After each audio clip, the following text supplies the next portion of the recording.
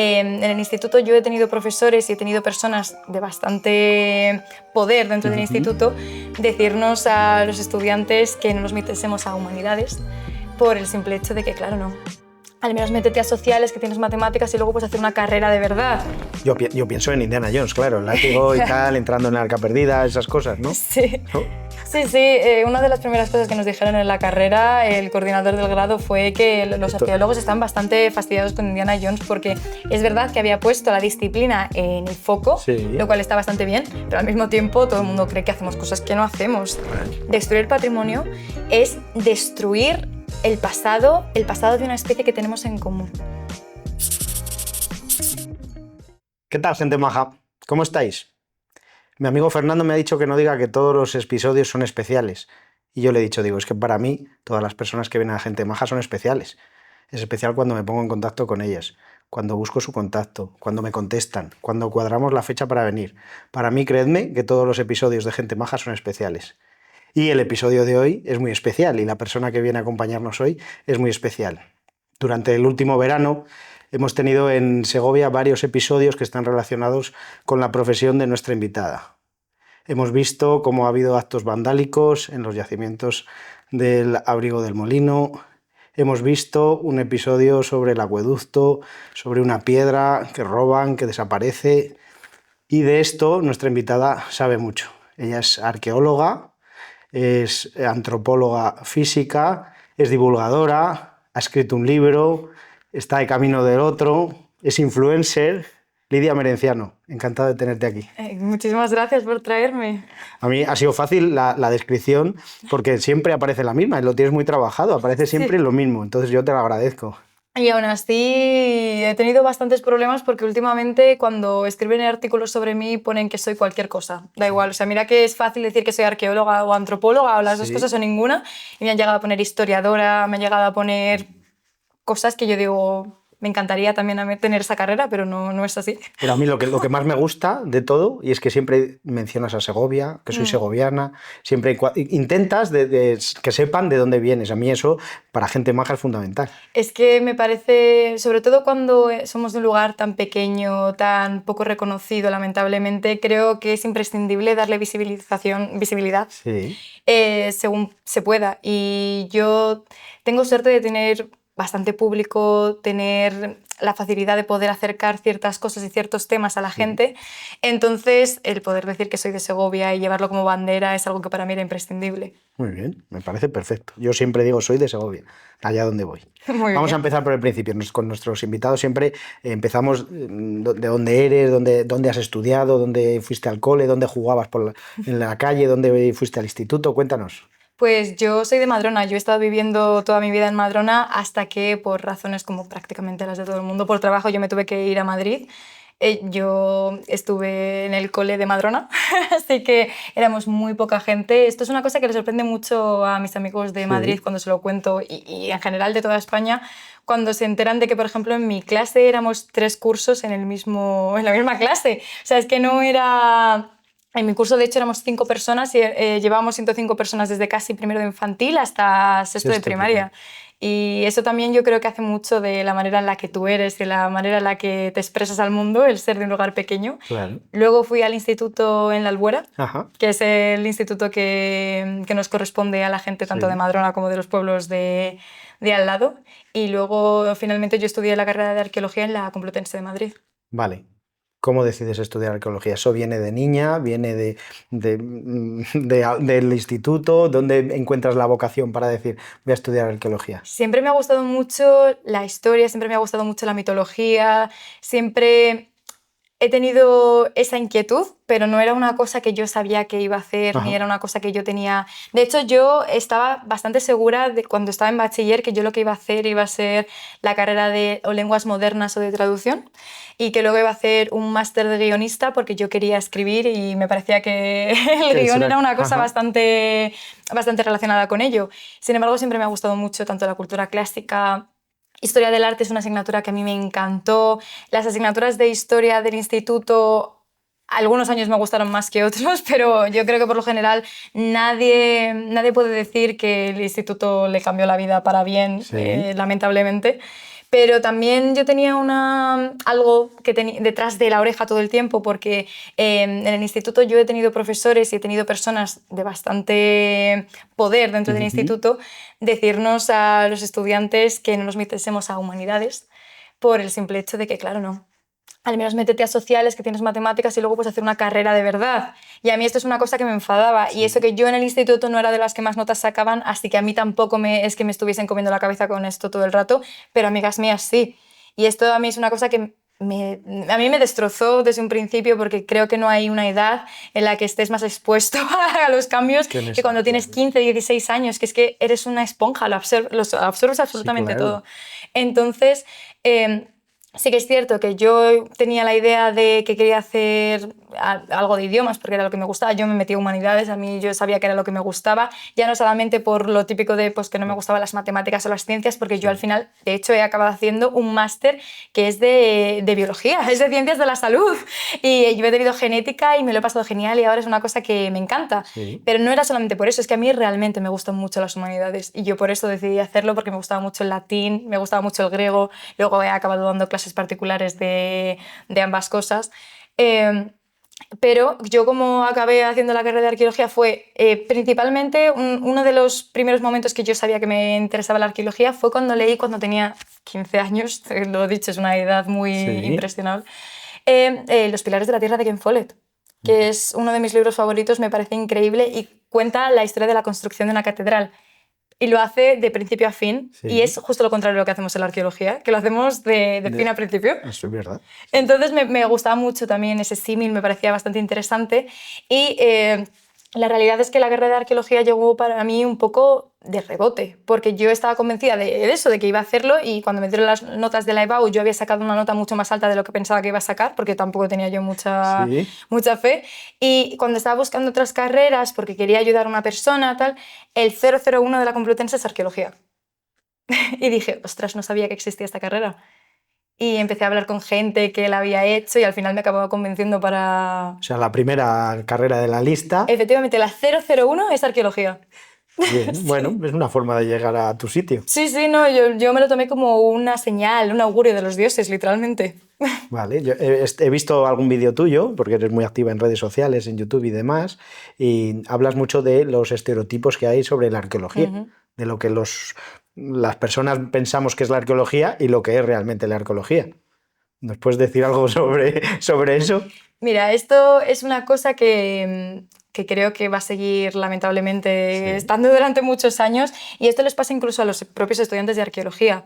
Cuando empecé la carrera éramos unas 90 personas en una misma clase, que es distinto. Por ejemplo, los estudiantes de historia son como 60, 70 en cada clase y hay más de una. En la Complutense creo que eran 5, 4, eran un montón de gente, pero en arqueología solo tenemos una de 90. De 90. ¿Por qué? Porque la mitad se va. O sea, y esto lo sabían perfectamente y esto es una cosa que se podía ver. De hecho, nosotros nos graduamos menos de 25, creo. Fíjate. Es que se hace una criba bastante grande. Y una de las razones que hay es porque la gente no entiende de qué se trata la arqueología, o que busca la arqueología también intentando escaparse de la historia porque les gusta el concepto, pero no les gusta el tener que estudiar mucho. La historia sin la arqueología no existiría, ni la arqueología sin la historia. Somos dos ciencias que somos hermanas y para bien o para mal nos toca trabajar entre nosotros. Entonces es horrible y es bastante necio pensar que puedes tener una sin tener la otra. Pero lo principal es que la gente piensa que cuando se trata de arqueología vas a descubrir ciudades secretas y civilizaciones perdidas, y eso puede llegar a ser la arqueología en algún momento, pero no es el corazón de la arqueología, no lo es. Es verdad que en un principio, cuando comenzó la disciplina, lo que se buscaba eran eso, las cosas impresionantes, las momias, los templos, cosas que pudiesen venderse bien, pero a día de hoy puedes contar con los dedos de una mano las personas que se dedican solamente a ese tipo de cosas. Los que pueden dedicarse a eso. Efectivamente. Sí, bueno, sí. Yo pienso en Indiana Jones, claro, el látigo y tal, entrando en el arca perdida, esas cosas, ¿no? Sí. ¿No? Sí.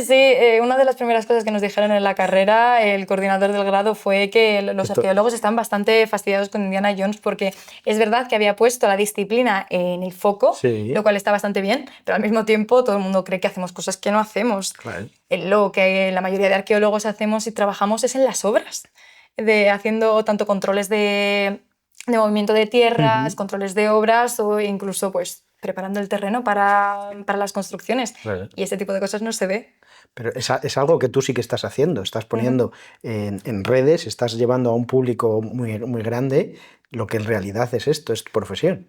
Lo intento, Sí, sí, sí. la verdad, porque sí que yo creo que la arqueología es una profesión muy bonita Ujú. y que se merece también ese halo de misterio que tiene, pero al mismo tiempo creo que la única manera en la que realmente la gente pueda apreciar lo que hacemos los arqueólogos es entendiendo exactamente lo que hacemos y lo que hacemos de verdad, no lo que ellos piensan que hacemos. Eso es, claro. Vale, y después llega antropología. Ujú. ¿Y eso por qué? Bueno, esto es una... Yo en el primer año de carrera fui a una excavación, a mi primera excavación, que de hecho fue en Sepúlveda, en Confluenta, y hablando con una de las técnicas me dijo, bueno, no sabíamos si se había encontrado unos restos humanos, era como una posibilidad de que estuviese allí, y me dijo, habría que esperar a que llegase el antropólogo. Y yo te digo, yo llevaba unos meses de carrera, no me había dado tiempo a hacer mucho más y la gente en primero de carrera no se entera de nada, Claro, básicamente. como en todas, sí. Básicamente. Entonces, una de las cosas que me dijo ella, no, sí, básicamente cuando hay restos humanos necesitamos que esté el antropólogo, aunque no sea para que los cabe él, que esté alguien delante que pueda decirnos. Entonces, yo sabía que quería manipular restos humanos, a mí me parecía muy interesante porque me gustaba mucho la arqueología funeraria. Ajá. Y entonces yo dije, pues igual debería meterme en antropología. Y es verdad que durante los 2 primeros años de carrera me había querido ir un poco más hacia la antropología social y cultural porque me parecía muy interesante. Es verdad que muchas veces la antropología cultural trabaja con personas vivas, cosa que tampoco me interesaba tanto en ese sentido. Bien. Pero tuve un par de clases de una asignatura en tercero que me cambiaron la vida totalmente, que eran prácticas de otra asignatura que no tenía nada que ver, pero eran prácticas de arqueología de la muerte. Y fue increíble, a mí me pareció, fascinante, tanto que luego yo le pedí al profesor que había dado esa clase, que se llama Arturo Ruiz Taboada, que fuese mi tutor del TFG, porque me gustó muchísimo lo que hacía y de lo que hablaba y yo entendí que quería hacer arqueología funeraria y al final es en lo que me acabé especializando. Ajá. Pero claro, yo dije, aún así quiero manipular los restos, no quiero que los manipule alguien por mí y poder yo ser también, o sea, no solamente la parte más arqueológica, la parte más material, sino también los restos humanos. Ajá. Y así es como me metí a antropología física, básicamente. Bien. Esto es un mundo. O sea, yo entiende, para el que esté al otro lado y esté escuchando dices, vale, bien, perfecto. Y, verdad, cuando estás en una excavación y crees que has encontrado algo y tal, no, lo puedes celebrar o no, pero tardas años en saber que eso es lo que es, ¿no? Es que las excavaciones, el mundo científico en general va muy lento, va mucho más lento de lo que la gente piensa.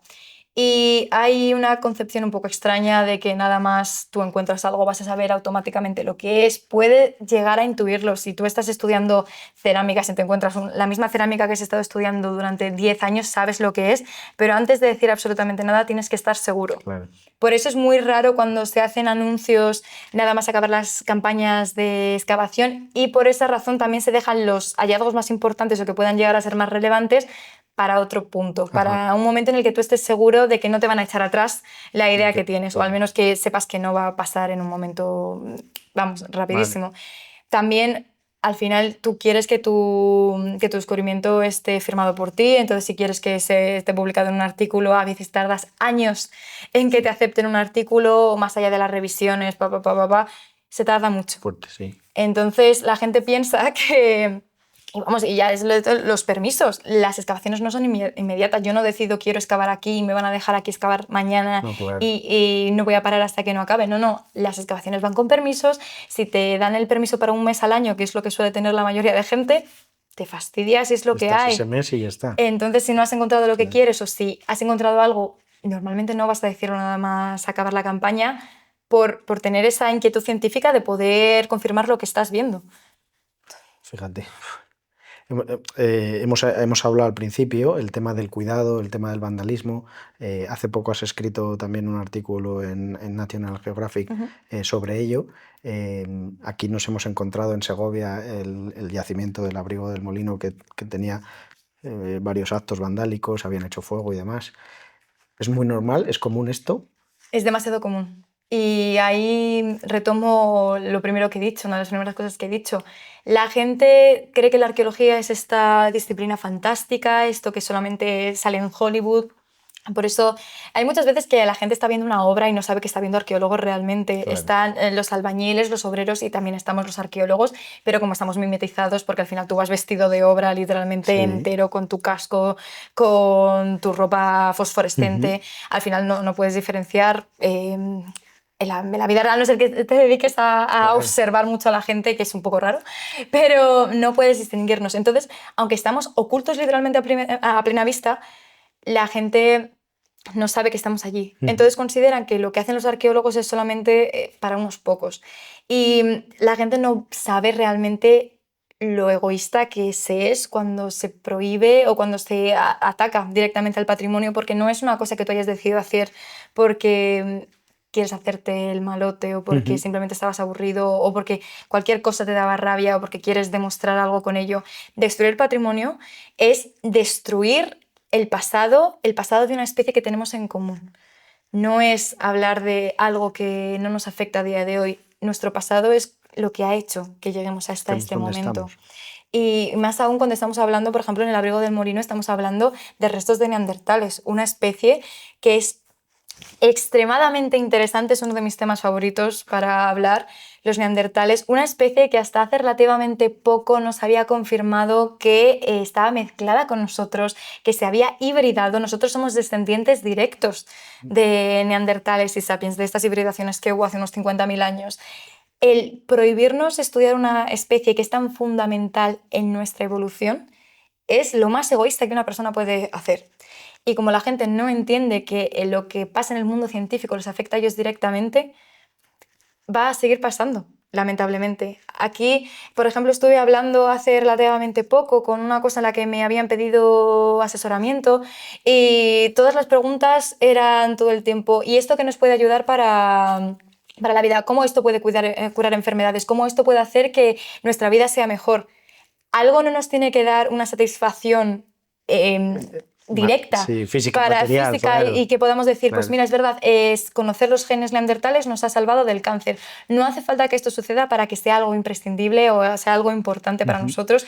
Y esta también es la razón por la que algunas ciencias se consideran mucho más importantes que otras. Ya, entiendo. Es verdad que, por ejemplo, yo entiendo perfectamente que para la búsqueda de la cura del cáncer, volviendo también a lo mismo, Sí. Y para las investigaciones que son directamente relacionadas con la salud, haya más dinero. Por supuesto que sí, eso lo entiendo perfectamente. Pero también es cierto que luego, por ejemplo, al resto de cosas, cuando se intenta pedir financiación, se dice no, pero es que la gente se está muriendo de hambre, y esto es una cosa que hay que paliar y hay que solucionar Eso ahora mismo. lo tenemos claro. Pero tus preocupaciones pueden ser más de una. Claro. Estamos hablando de destrozar la historia. Efectivamente. O sea, que no, destrozar la historia del ser humano, ya Efectivamente. está, no es más. ¿Y qué soluciones o qué propones, qué se te ocurre, qué podemos hacer? Además de lo que haces ya, que es divulgar para que se conozca lo que no se tiene que hacer. Es que creo que la divulgación es fundamental. Es fundamental, es uno de los pilares, y no solamente la divulgación como se hace ahora, que ahora es verdad que la palabra divulgador se escucha mucho más porque somos muy pesados en ello y yo me alegro muchísimo de que esto sea así, pero la divulgación lleva existiendo desde siempre, es uno de los pilares de la ciencia. Si la gente no sabe por qué estamos haciendo las investigaciones que estamos haciendo, no van a querer seguir que sigan pasando. Y pues lo retomo. Al final, si tiene un final que sea más tangible, que podamos tocar y que podamos reconocer, la gente va a aceptar más su existencia. Pero cuando estamos hablando de conceptos o de cosas que tengan que ver con la evolución, que realmente pues, no puedo tocar el ADN neandertal técnicamente, aunque aquí todas las personas que estamos aquí ahora mismo tengamos genética neandertal, claro. Pero lo imprescindible es seguir con la divulgación, ya sea con libros, ya sea en redes sociales, que lo bueno de las redes sociales es que nos llevan a un público mucho más amplio. Un público que también hay veces que le enfada mucho que hables de estas cosas. Sí. Muchísimo, muchísimo. No sabes la cantidad de gente que puede estar en contra del concepto de la arqueología. No tiene ningún sentido, o sea, es probablemente, pero hay muchísimos O sea, ¿tienes negacionistas. muchos haters en redes sociales? Tengo muchos negacionistas, ¿Sí? más bien. O sea, haters creo que es una palabra, es verdad que hay un par de personas que igual te van a criticar por ser tú y ya está, eso simplemente Vale. es el pan de cada día. Yo creo que cualquiera los tenemos, incluso aunque no te dediques y no estés en el Eso foco es, público, sí. pero hay muchísimos negacionistas de los que estás haciendo. Y la mayoría de ellos, aparte de los de siempre de terraplanistas y que Vale, realmente los dinosaurios vivieron antes de ayer y que los neandertales no existían, están la parte de gente que dicen que estamos desperdiciando el dinero. Invirtiéndolo en arqueología, en historia, en antropología, en todo lo que tenga que ver con las humanidades, siempre es una pérdida de tiempo, parece ser, porque no genera lo que ellos piensan que debería generar. Y a mí esto es una cosa que me sorprende muchísimo. Sí, claro. Porque al final las humanidades son la base del ser humano. De es que todo. literalmente Claro. de ahí su nombre. Pero sí, hay muchísima gente que está muy en contra. Fíjate, Al qué respecto. sorpresa, no imaginaba yo tanto negacionista de la arqueología. Te sorprendería. Qué fuerte. Sí. Vale, y el hallazgo que hemos tenido hace poco aquí en el abrigo del Molino y en el abrigo de San Lázaro, de la huella dactilar, ¿qué me cuentas? Que me parece muy interesante. Además es que a mí me hizo muchísima ilusión porque tanto David Álvarez como María fueron profesores míos de la carrera. Ajá. Entonces cuando a mí María me habló para invitarme a la rueda de prensa no pude ir, cosa que me fastidió un montón porque es lo que tiene tener 8 trabajos al mismo tiempo que no puedes hacer todas las cosas. Pero claro, yo me alegré muchísimo, no solamente por ellos y porque les conocía, sino porque fuese en Segovia y al final es que es algo, eso sí que es tangible, eso sí que lo podemos tocar y eso sí que lo podemos ver y es una muestra increíble del pasado, es algo de lo que se ha hecho eco todo el mundo. O sea, yo he visto noticias en alemán, he visto noticias en chino, lo he visto en todos los idiomas hablando sobre el hallazgo de Segovia. De Segovia, claro. Entonces esto es algo que me parece, no sé, muy emocionante. Tremendo, es que se ha puesto a Segovia en el centro, ¿sabes? Y por algo más que lo de siempre, que es verdad que ahora también, que se podrá ver en unas semanas, vamos a hacer un proyecto para poner también en valor parte del patrimonio de Segovia, más allá de lo que se hace de siempre del acueducto y el Alcázar, que son cosas increíbles, que yo soy la primera enamorada del Alcázar y que cada vez que voy a verlo me gusta más que el anterior, pero es cierto que esto es algo que conoce todo el mundo. Y también el hecho de que se haya encontrado aquí algo tan interesante y tan imprescindible para comprender un poco más, un poco mejor la evolución humana, también pone a Segovia una etiqueta distinta que no es simplemente la ciudad romana. Me parece fascinante. Y además esto lleva a pensar que tenemos muchos más recursos, que puede haber mucho más de esto primero que hemos encontrado, ¿no? Entiendo yo, ¿no? Sí, claro que sí. Sí, realmente tenemos mucha suerte en toda Castilla y León, no solamente en Segovia, pero yo creo que esto es algo que se puede extrapolar a toda Castilla. Es que lamentablemente somos un lugar donde se ha construido muy poco, pero gracias a eso hay muchas cosas que están intactas y que no se han tocado hasta este momento. O sea, que la Castilla vaciada antes no estaba tan vaciada, ¿no? Efectivamente. O sea, al final es un lugar donde se puede cultivar bien, es un lugar donde hay muchísimos recursos naturales que la gente ha aprovechado a lo largo de los siglos. Claro. Ahora no se aprovecha y ahora nos obligan a irnos todos de casa, pero en algún momento se hizo y en algún momento podemos ver mucho más. Y lamentablemente podemos ver, como siempre, las excavaciones que se hicieron a principios de siglo, que pues, no se hicieron con la metodología arqueológica más apropiada, y hay muchas cosas que se han perdido, pero esto nos da la oportunidad también de ver cosas que no se han podido excavar antes o cosas que ya se han excavado y no... Todo esto está prácticamente intacto porque no se ha querido hacer nada en Castilla y León. Entonces hay que intentar aprovechar eso, si nos diesen también permisos para hacerlo y si hubiese recursos suficientes para ello. Pero creo que Castilla y León puede ser una de las zonas, especialmente Segovia también, porque ya hemos visto lo que nos puede dar, pero Castilla y León es un lugar maravilloso que tiene un montón de cosas que darnos. Fíjate, qué bueno. Hablamos de tu libro. Vale. También, o sea, en estos ratos, en los ratos libres, yo imagino que dices, venga, voy a escribir un libro. Sí. ¿Cómo fue el tema de escribir un libro? Pues yo he escrito toda mi vida. A mí me ha gustado muchísimo escribir siempre y de hecho yo tengo libros de antes de dedicarme a escribir en serio. Libros que probablemente jamás vean la luz. hay cosas que simplemente eran ideas, hay cosas que son libros completos que tengo con la palabra fin en mi ordenador y Anda. que están ahí, pero yo siempre Pero he ¿y no sabido quieres que salgan a la luz? algunos que no quiero. Vale. Es mejor para todos que eso no salga.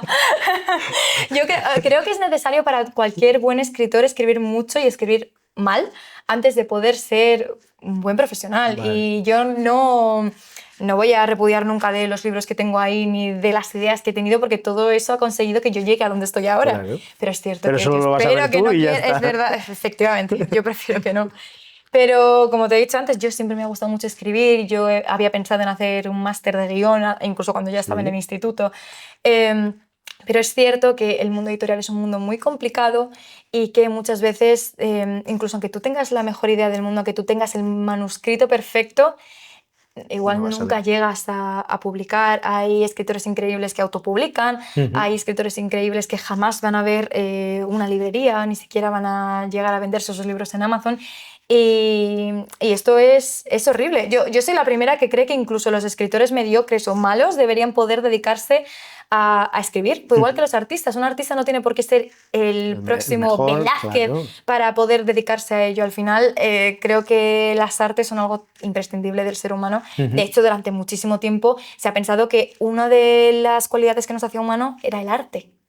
Ahora sabemos que no, ahora sabemos que otras especies de homininos también hacían arte, pero se ha creído siempre que eso era una muestra clara de humanidad. Entonces, ¿por qué desperdiciamos y despreciamos tanto el talento de la gente? Pero bueno, el caso es que yo tuve la suerte de que al dedicarme en redes sociales y de tener una voz que se oía un poco más que las demás, me contactaron varias editoriales.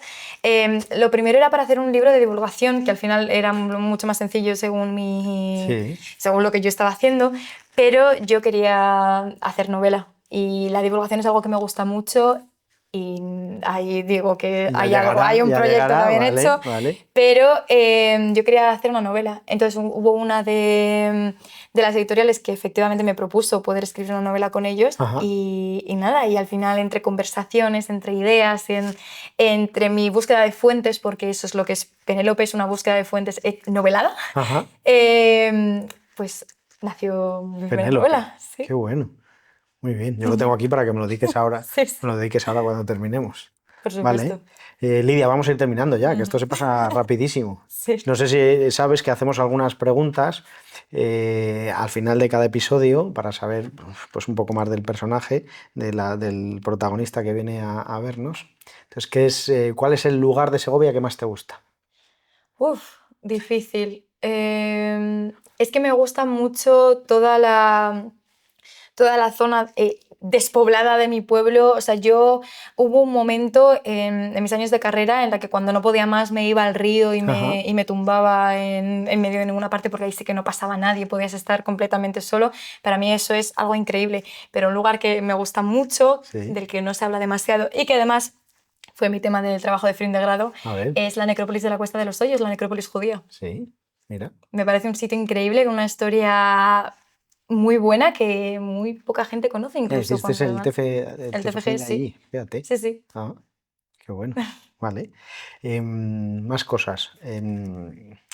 Has viajado, has estado por otros sitios. ¿Qué te gustaría traer de otros sitios a Segovia que no tenemos? Creo que una cosa que me encantaría hacer, porque he tenido la suerte de participar en varios proyectos de patrimonio y de turismo, es no la capacidad, sino la iniciativa que tienen otros lugares, otras ciudades y otras provincias de impulsar su propio patrimonio. Es verdad que al final Segovia es una ciudad muy turística, pero creo que muchas veces no se explota tanto como podría hacerse. Y ahí hay que intentar también exponer un tipo de turismo que no sea dañino, tanto para las personas que vivimos aquí, porque eso también es un problema.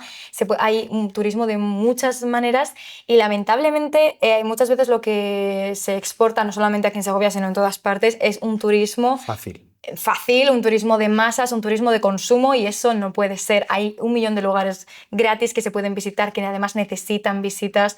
Hay un montón de facetas que tiene Segovia que se podrían explotar muy fácilmente si se quisiese, y creo que poco a poco esto se va mejorando, pero es cierto que lo que yo he visto en otros sitios me habría encantado poder verlo en Segovia, porque me da un poco de pena que me hayan contactado para cosas de turismo antes fuera, incluso fuera de Castilla y León, que en el lugar de donde soy. Qué pena. Sí. La última, Lidia. ¿Qué le gustaría ser a Lidia de mayor? Pues a mí me encantaría ser escritora, poder dedicarme al 100% a la escritura. También es una manera de divulgar. No sé si al final las redes sociales son algo que puede y que parece que es bastante efímero. Sí. Hace unos años YouTube era increíble y ahora todo el mundo hace TikTok. Entonces, las redes sociales pueden ser algo efímero. Igual la gente se cansa de escucharte hablar todos los días. Esto es una cosa que puede pasar. Pero creo que la lectura existe... Siempre va a estar. Sí, es un resquicio que está ahí, que pues, a mí siempre me ha gustado y me encantaría poder dedicarme simplemente a escribir, a que la gente leyese mis historias y a poder hablar con la gente sobre ellas. Ojalá, ojalá. Ojalá. Lidia, ha sido un placer. Muchas gracias Muchísimas por estar gracias en Gente Maja. Ha sido un placer, ha sido un rato súper agradable. Ojalá en un tiempo nos veamos que has sido una escritora. Ojalá. Gracias. Muchísimas gracias.